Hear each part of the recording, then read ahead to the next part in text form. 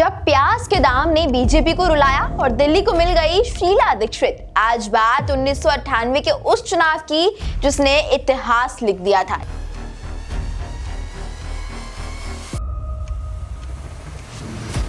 इतिहास इसलिए क्योंकि पहली बार दो बड़ी पार्टियों की तरफ से महिला चेहरों को उतार दिया गया था। बीजेपी के लिए मोर्चा संभाले खड़ी थी सुषमा स्वराज और दिल्ली में कांग्रेस का नेतृत्व कर रही थी यूपी की बहू शीला दीक्षित।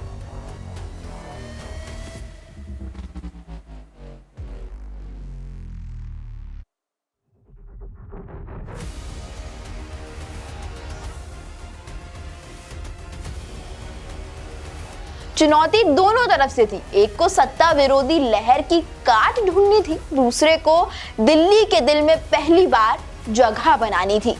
1998 का दिल्ली चुनाव याद किया जाता है बीजेपी के एक बड़े एक्सपेरिमेंट के लिए। साहिब सिंह वर्मा राजधानी के मुख्यमंत्री हुआ करते थे। मदन लाल खुराना के इस्तीफे के बाद उन्हें वो सत्ता सौंपी गई थी, लेकिन प्याज के दाम रॉकेट बन चुके थे। बिजली सप्लाई कई इलाकों में ठप चल रही थी और भ्रष्टाचार की छींटें सरकार को बदनाम करने लग गई थी।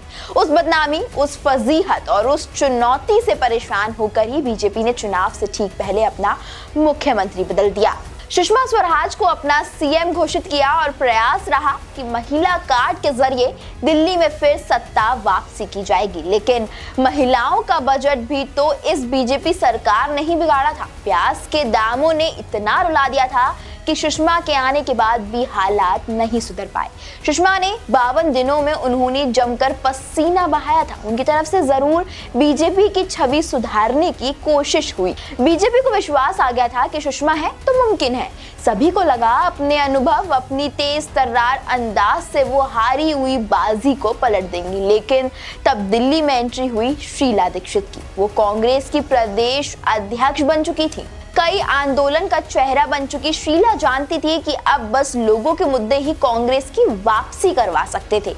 ऐसे में उन्होंने वो मुद्दा ढूंढा जिससे बीजेपी को सबसे ज्यादा दर्द हो, और वो मुद्दा था प्याज के दाम।